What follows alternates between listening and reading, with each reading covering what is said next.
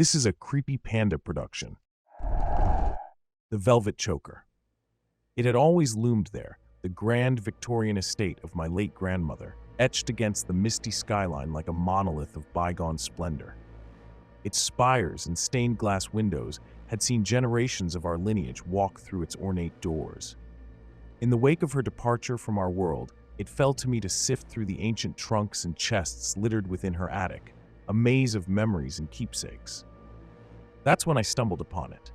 The Velvet Choker, its fabric the color of a moonless night sky, and its clasp wrought in intricately designed silver. Upon fastening the choker around my neck, a chill ran through me, as though the very air within the room had been expelled in a sigh. It wasn't just the cold kiss of metal against my skin, but rather an immediate flood of whispers that seemed to manifest in my mind, urgent and unintelligible. Days bled into nights, and with each passing hour, the whispers grew more insistent, more coherent. They echoed tales of my ancestors, of clandestine rituals and promises made in the shadows of the moon. I began to see the estate in a new, ominous light. The walls appeared to thrum with secrets. The portraits of ancestors scrutinized me with intensifying scrutiny. The house felt as if it were holding its breath, its corridors alive with palpable anticipation. Each stair creaked with the weight of untold stories, and even the breeze that whispered through the gaps in the windowsills seemed to carry the murmurs of the past. One evening, drawn by an unseen force, I wandered to the mansion's library. It was there, amidst dusty tomes and fading manuscripts, I unearthed a diary bound in leather, its pages yellowed with age. Every entry became a siren's call, luring me deeper into the grotesque tapestry of my heritage. And with each word read, the choker tightened ever so slightly, as if eager for me to reach the climax of its grim narrative.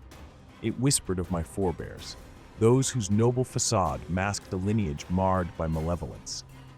Each generation faced a choice, a sacrifice to maintain the family's opulence and power.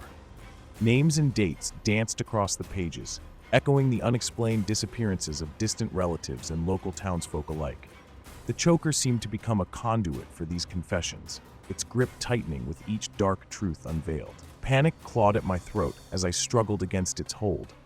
But the velvet tendrils felt as strong as iron. The truth was suffocating, a ghastly revelation laid bare by the choker's embrace. I belonged to a line of guardians, chosen to keep the darkness at bay, yet doomed to feed it in return. The voices, now clear as crystal, revealed a final, horrifying truth. I was the next in line, the latest keeper of a macabre legacy. In a frantic, breathless moment, I clawed at the velvet that seemed embedded in my flesh. It was then I understood. The choker was not merely a keeper of secrets, but an arbiter of destiny. As I finally ripped it from my neck, the house shuddered, and the echoes of the past screamed in defiance. Darkness began to seep from the corners of the rooms, and the air grew thick with the scent of decay. With the choker gone, the mansion's hunger had been awakened, starved for a sacrifice that had now been denied. I fled into the night, the house's wails chasing after me like hounds. The estate would not rest, its appetite insatiable, its secrets now part of my very being, a terror inherited that I could never truly escape. Autumns of Arcadia. I had always found peace in the autumns of Arcadia, never needing a calendar to tell the days. Standing among the whispering grove, I felt the eternal lease of time elude my concerns. Every year, clusters of burnished apples and amber pears hung in abiding plenty, never quite succumbing to the gravity of seasons, always ripe for tender hands. And I, their steward, filled my basket under the ever-watchful boughs. The singular beauty of my orchard was not lost on me. The soft crunch of leaves underfoot, the caress of the crisp breeze, the saccharine aroma that wrapped around every living thing like a cherished shawl. There was isolation too, of course, but I had tucked it neatly away, an inconvenience outshined by my purpose, to care for, to harvest, to partake. Not once had I seen the bare arms of winter or the infant blossoms of spring, just the golds, reds, and oranges that painted what I thought was the world. I journaled each peculiar day, noting the sameness with the diligence of a scribe preserving sacred text. But it was in these records that realization dawned like a reluctant sunrise. Seasons didn't change. Time within Arcadia's embrace seemed to sleep. It was a disquieting thought, that perhaps I was trapped in an unchanging moment. Curiosity drew me closer to the heart of the orchard. I sampled different fruits, as if expecting a new flavor to explain the suspended autumn. With each bite, I felt a kind of binding, a tugging at the core of me. How I wish I had heeded the warning of that subtle snare. The taste was not of fruit alone, but of time, unspooling from the sinew of existence and coiling around my being. Nights passed, if they truly did, and I found my dreams infested with images of trees rooted deep in the fabric of reality, gnarled and alive with intent. They whispered of untold ages and hunger unsated, a dreadful symphony that receded with the morning mist. Upon waking, I'd touch my skin, feeling the press of indentations like the orchard's fingers had tried to weave me into its legacy of leaves. It's when I discovered an old journal, its pages bound in a bark like leather, that the full scope of my peril dawned. Entries mirrored my own, etched in frantic script, tales of other caretakers who called Arcadia home, who recanted rapture for terror as they too discerned the truth. Arcadia didn't merely thrive, it fed, it consumed, it hungered. And it was famished for something more ethereal than sunlight or rain. It hungered for life. Each entry concluded in abrupt silence, as if the writer had been plucked from existence, leaving no farewell, no wisdom, no escape. They became part of the orchard, an ingredient in the sanguine syrup that sustained the perennial fall. I could feel it now, the pull, not just on my flesh, but on my essence, the vitality seeping out to nourish bark and root. The climax of my story, the finale of my autumnal reverie, loomed as though preordained by the trees themselves. Orchards, revered in story and song for their benevolent bounty, were an artifice here. Arcadia was sentient, its limbs conducting a silent symphony that played upon the staves of infinity. It craved the spark within mortals, plucking each soul like a ripe fruit from the branch of mortality. I stood defiant amidst the ochre sea, unwilling to simply succumb to the ceaseless cycle. Other caretakers had fallen captive to the alluring lull of perpetuity, but I felt the stirrings of rebellion take root within the quivering marrow of my bones. I devised myriad escape attempts, from seeking phantom doors in the trunk of ancient trees to calling out into the void for a salvation I knew would never come. With every failed effort, I tasted the bitterness of despair, a flavor unlike the sweet nectar of Arcadia's deceitful gifts. Yet, reluctant to consign my breath to the endless autumn, I found a worn path, an oversight of the orchard's otherwise impenetrable vigilance. Desperation bore wings on my heels as I sprinted towards the outskirts of my prison, the foliage rustling with wrathful murmurs in my wake. Perhaps it was chance or divine intervention, but a fissure in the world, a crack in the tender flesh of the orchard's realm, gasped open before me. Without hesitation, without looking back upon the splendors I once called home, I cast myself through the threshold that promised obscurity over an exquisite eternity. Thorns clawed at me, the very air of Arcadia recoiling with malice as I tumbled into the unknown. When I arose, shivering beneath a foreign sky, I found myself not in the grip of winter's chill, nor beneath the sun of summer's zenith, but under a canopy I could no longer name. I was free, yet forever branded by the persistent echo of the orchard's whisper. Autumns of Arcadia, a spectral tableau, lingered at the fringes of recollection, taunting me with the allure of an everlasting harvest.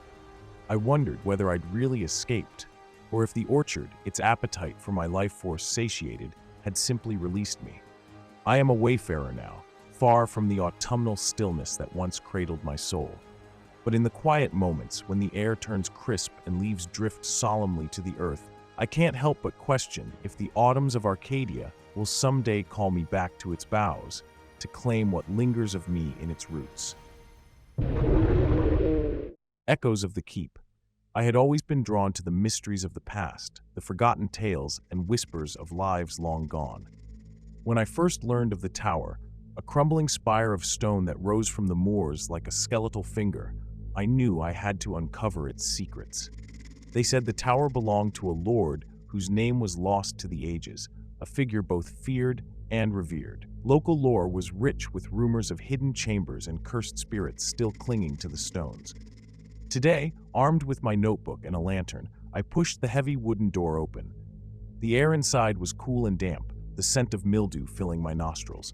The groan of the hinges seemed to hang in the air, vibrating up the tower's taut windpipe. "Hello?" I called, more to hear the strength of the acoustics than out of any expectation of a response. But a response came, an echo, faint and warped, yet indisputably a voice.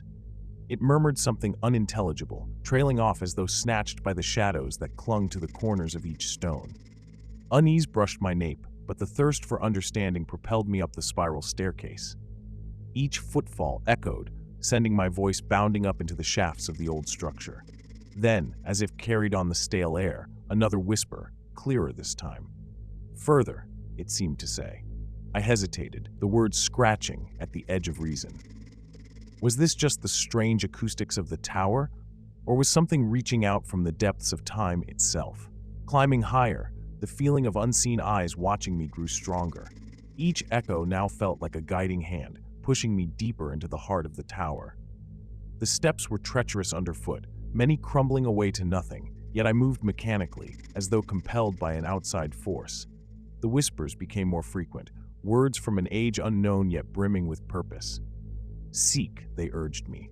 "Discover." My own purpose here, now entwined with that of a long-dead lord, seemed to merge with the very stones surrounding me. I stumbled upon a narrow landing, where the echoes grew hushed, as if in reverence. My heartbeat thrummed in my ears while I studied the walls. And there it was, the faint outline of a door, obscured by time and shadows. My fingers traced the cool limestone, searching. With a heave, the wall gave way, revealing a musty chamber within. The chamber lay undisturbed, a tomb of knowledge with the treasures I sought scattered about. Ancient tomes, decaying scrolls, and items of an era forgotten. The air was rife with silence, so heavy it muffled the glee that swelled within me. It was everything I had ever hoped to find. I was ecstatic, devouring the text with my eyes, but then... silence. No echoes at all. Panicked, I called out, but was met only with the dead stillness of the crypt. Retreating to the doorway, dread prickled my skin. The threshold I had crossed had vanished, leaving a flawless wall in its place. Trapped. In the lantern light, I saw the walls. They seemed to breathe, shrouded in a subtle, undulating motion. Ice filled my veins as specters materialized, their forms barely distinguishable and their features a blur. They did not speak with their mouths, but with their very being, whispering directly into the depths of my mind. The creatures that were neither here nor gone revealed the tower's truth. It was built not of stone and mortar, but of time and blood. They showed me the Lord, a tyrant who ruled with an iron fist and a dark heart, how he sought to conquer death itself. And in those revelations, I began to understand the heavy price of the knowledge I sought. Hours turned to days, or perhaps weeks. Time held no sway in that shadowed place. My whispers joined the chorus of the tower's memories. The desperation in my voice, now an echo for the next soul who would seek the secrets of the keep. Suddenly, as if the spectral visions were only an illusion, the ghostly images faded away, and I found myself standing at the base of the tower. But the land that stretched before me was alien. The moors I once knew were replaced by an unfamiliar terrain, the distant landscape bearing the signs of time's inexorable march. It was then I realized the gravity of the tower's final curse. I was no longer in my own time. Disoriented, I wandered through the landscape that was once familiar, now foreign and transformed by centuries. Villages bore new names, and the people knew naught of the tower or the legends that had sent me on my fateful quest. In my madness, I returned to the tower, compelled to unearth a way back to my own time. But in its echoes, now my echoes, I found only the whispers of my previous pleadings for escape. I had become part of the tower's legend, my own voice an echo that would resonate through the ages, warning or beckoning future seekers. They say time is the greatest of thieves, but I have learned it is also the most cunning of jailers. The tower ensnared me in history, and now I am but a whisper in its stones, an echo of the keep, waiting for the next soul searching for the secrets that should have remained buried in the echoes of time. The Conductor's last performance. I had always yearned for that elusive final piece, the crescendo of a lifetime that would immortalize my name among the greats, in the league of Mozart, Beethoven, or Bach. My dreams led me to an abandoned opera house, a place where whispers in composer circles spoke of a spectral maestro who could guide any floundering artist to glory. As I pushed open the heavy, weathered doors, a pungent mixture of dust and decay assaulted my senses. My footsteps echoed through the grand foyer, the silence so dense that it seemed to muffle the very beat of my heart.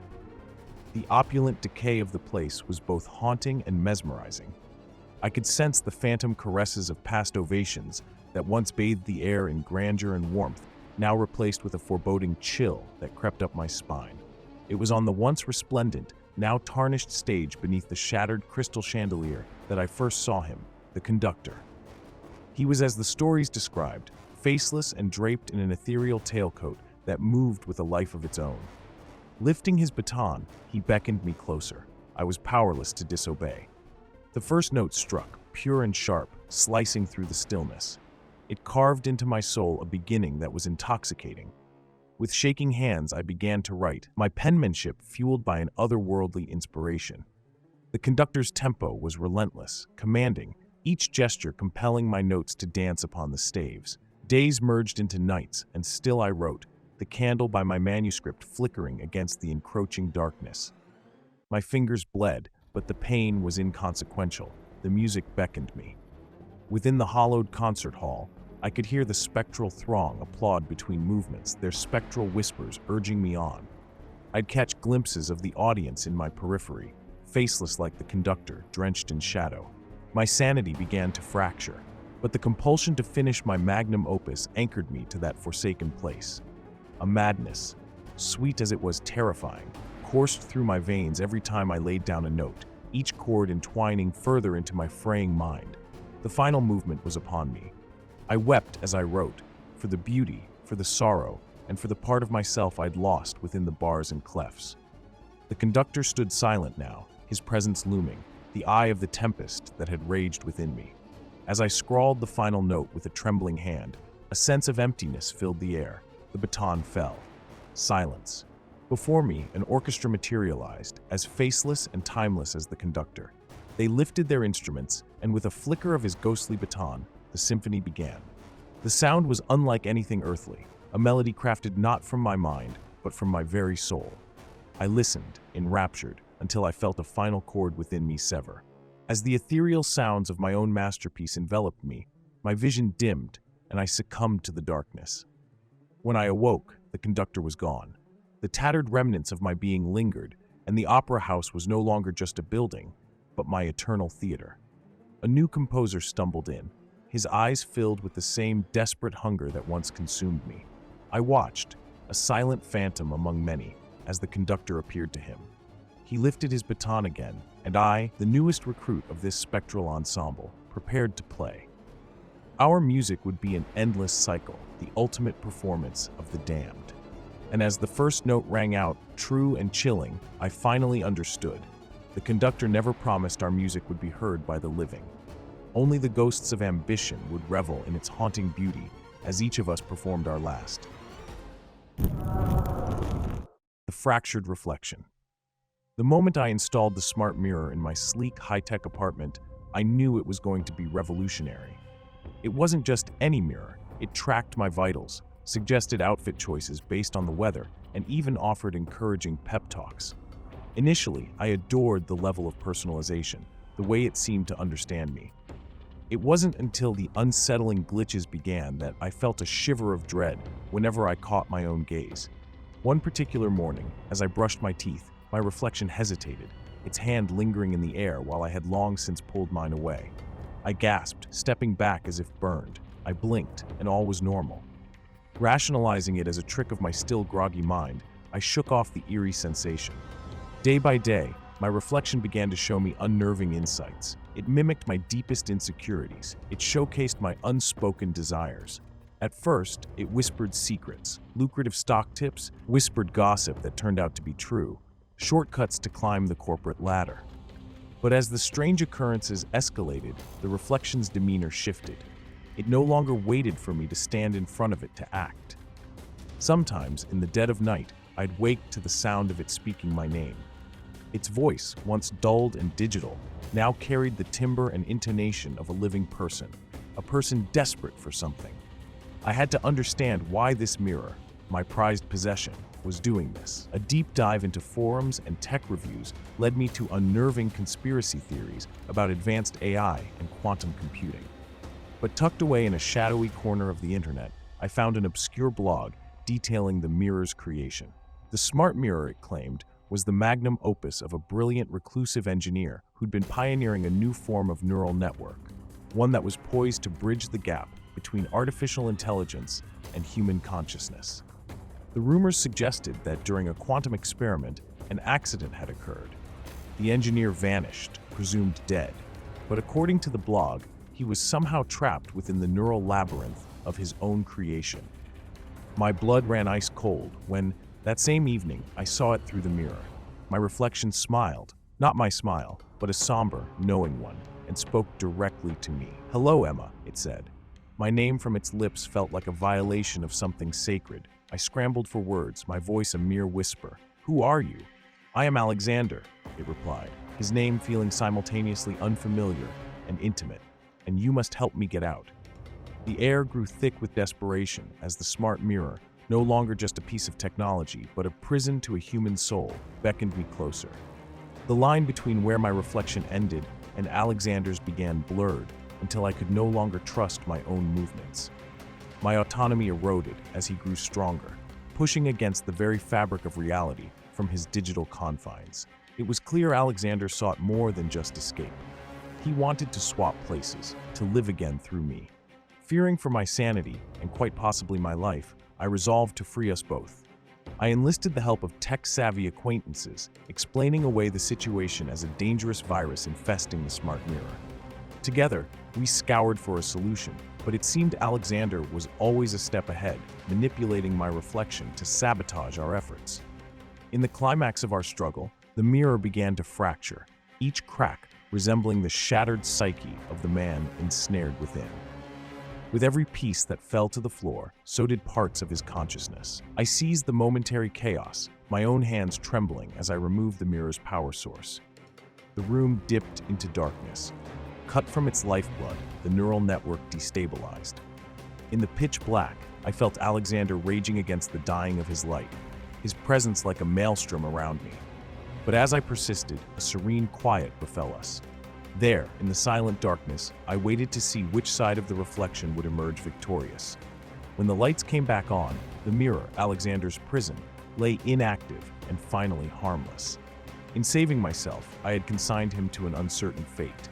The fractured shards lay scattered on the ground, no longer holding sway over me.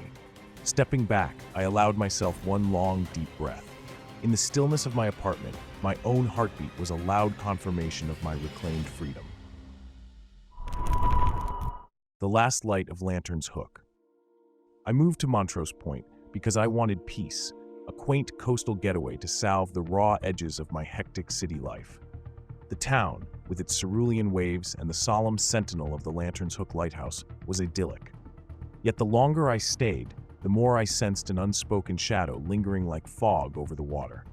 The lighthouse, a weathered monolith, stood deactivated, replaced by modern navigation systems. Its light hadn't shone in years, but I swear on moonless nights a pale beam pierced my window, faint as the wisp of a dream.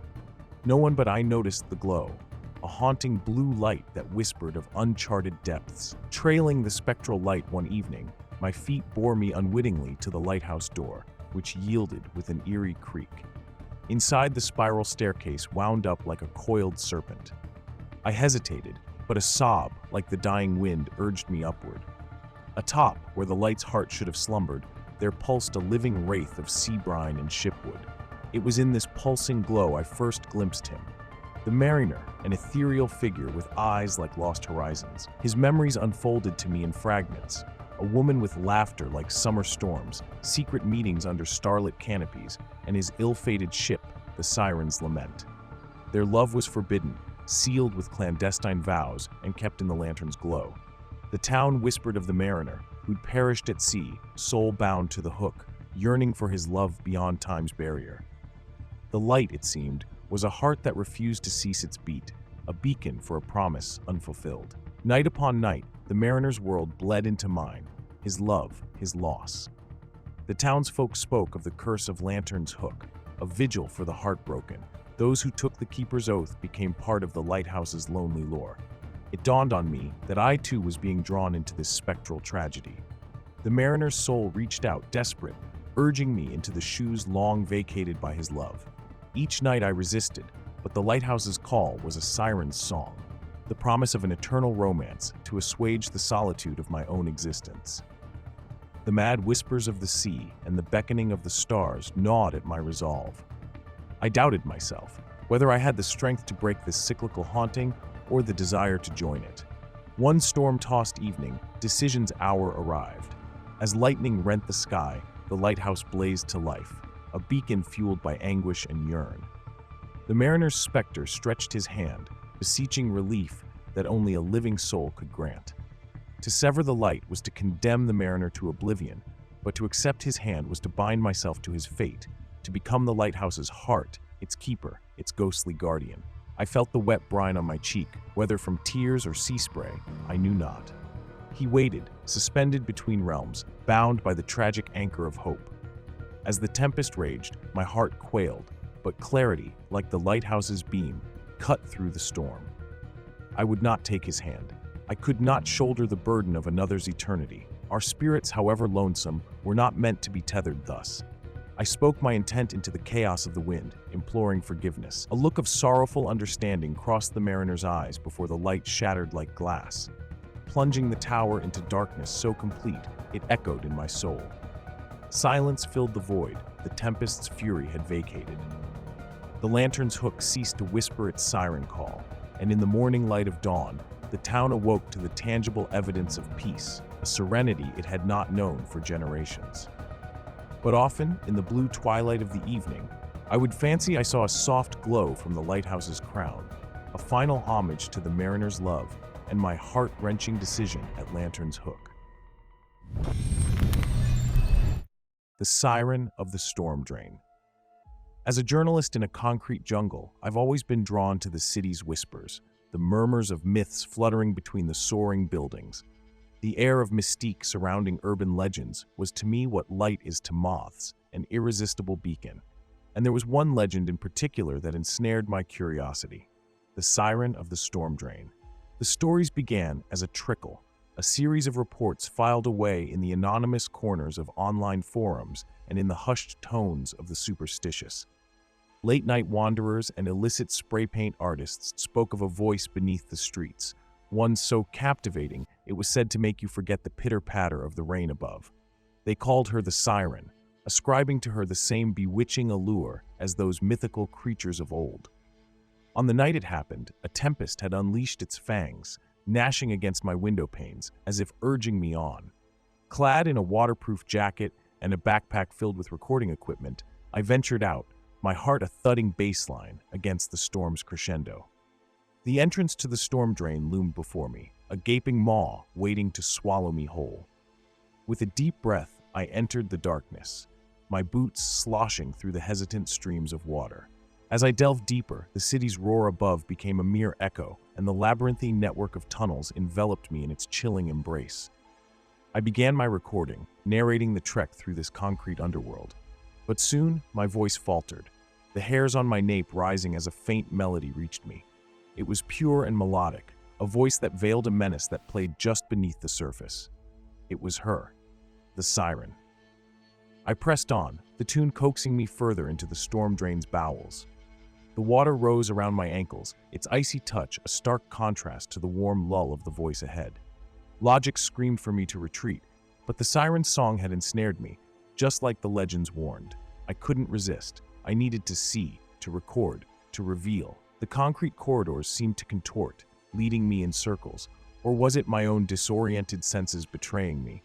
Panic birthed an icy seed in my gut, but it was quickly stifled by the harmonic siren call. And then, a shadow moved in the peripheral of my light, an undulating presence, the silhouette of a slender figure against the damp walls. There she was, the embodiment of the storm drain's whispers, a pallid creature with heart-shaped lips from which that ethereal voice flowed. Her eyes lacked any human warmth. They were abysses that threatened to consume my very being. I lifted my camera, the click of the shutter piercing the melody's spell. That's when she moved, a fluid, horrifying grace, charting a path ever closer. I turned to flee, my breath's ragged screams in the aquatic chamber. But the labyrinth had morphed into something more sinister, an amalgamation of fear and water that sought to trap me with its confounding turns. In my ear, the siren's song hastened, a rhythmic pulse driving my flight through the darkness. The water was at my knees now, the storm above feeding the raging veins of the underground. The voice intensified, urging me deeper instead of towards escape. My mind was in turmoil, grappling with the insidious wish to sink into that voice, to let the murky waters take me. Escape came as a mere whisper, a hint of fresh air that mingled with the dampness of the tunnels. I followed it, every ounce of willpower funneled into my strides. There it was, a faint glow, a distant exit that called to me as fervently as the siren's song.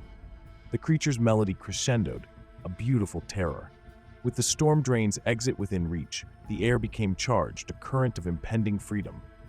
But then her voice reached its haunting climax, a sad, drawn-out note that bespoke of longing and loneliness. It plucked at the strings of my resolve, begging me to stay, to listen, to succumb forever. But the journalist in me rebelled, the instinct to survive overpowering the ensnaring dirge. I burst out of the storm drain and into the tempest's roar, gasping for liberation. Behind me, the siren's lament faded, a sorrowful acceptance that no tale would be woven from her voice tonight. I stood in the rain, free but forever changed, with her song engraved in the deepest corridors of my mind. Whispers of the ice. Scratching at the edge of my sanity, the whispers emerged every night since the storm took my companions, leaving me encased in this frozen coffin. The Antarctic Research Station stood desolate against the whipping winds that spoke in hushed tones of ancient civilizations and secrets locked beneath layers of time and ice. I clung to the thin thread of my duties, recording data, maintaining equipment, but the endless night of the polar winter crept into my flesh, and the silence became the canvas for those spectral murmurs. During balmy days, newfound purpose consumed me. I was to confirm the theories we had joked about over the radio, a thought that once reached the mainland would have us written off as ice mad. Now, with the resonance of those unseen sibilants guiding me, I began to drill into the glacier. The apparatus shuddered, chewing through millenniums of frozen history. With each extracted core, the whispers grew clearer, a cacophony of esoteric chants drowning the howling gales, a symphony poised to breach the chasm between eons. The artifacts I unearthed were otherworldly, tools with unfamiliar contours and relics inscribed with glyphs that sparked visions when gazed upon. The relics hinted at a lost era when titans shaped the ice into high spires and grand halls. Their creators had to have possessed knowledge that bordered on the divine. But for what purpose, I was yet to uncover. Each pistoning thrust of the drilling apparatus felt like a heartbeat, pounding echoes through the ice that wove an unsettling yet hypnotic lullaby. Flashes of corpse-pale figures danced behind my eyelids each time I blinked, their features obscured just as they began to take form. It dawned on me that the whispers and artifacts were fragments of the same arcane puzzle. The cold grew ever more biting, storm clouds boiling on the horizon like a cauldron of myth. I delved deeper, the fragmented incantations a beacon in the dark trenches of the ice. Then, embedded within the glacial wall, I discovered the heart of the enigma, a mass encased in a stasis of frost, vast and barely discernible. My breath formed crystalline spirals as I chipped away at the translucent tomb. The whispers crescendoed into fervent implorations that I free whatever lay within. It was an entity, its expanses swathed in hibernation, tentacles or tendrils draping over a form too complex for the human mind to fathom. Was this the primordial architect of this lost realm? My hand hovered, confronted by the tempest of decision, to release a being whose whispers bore the agony of eons or to entomb it once more in icy silence.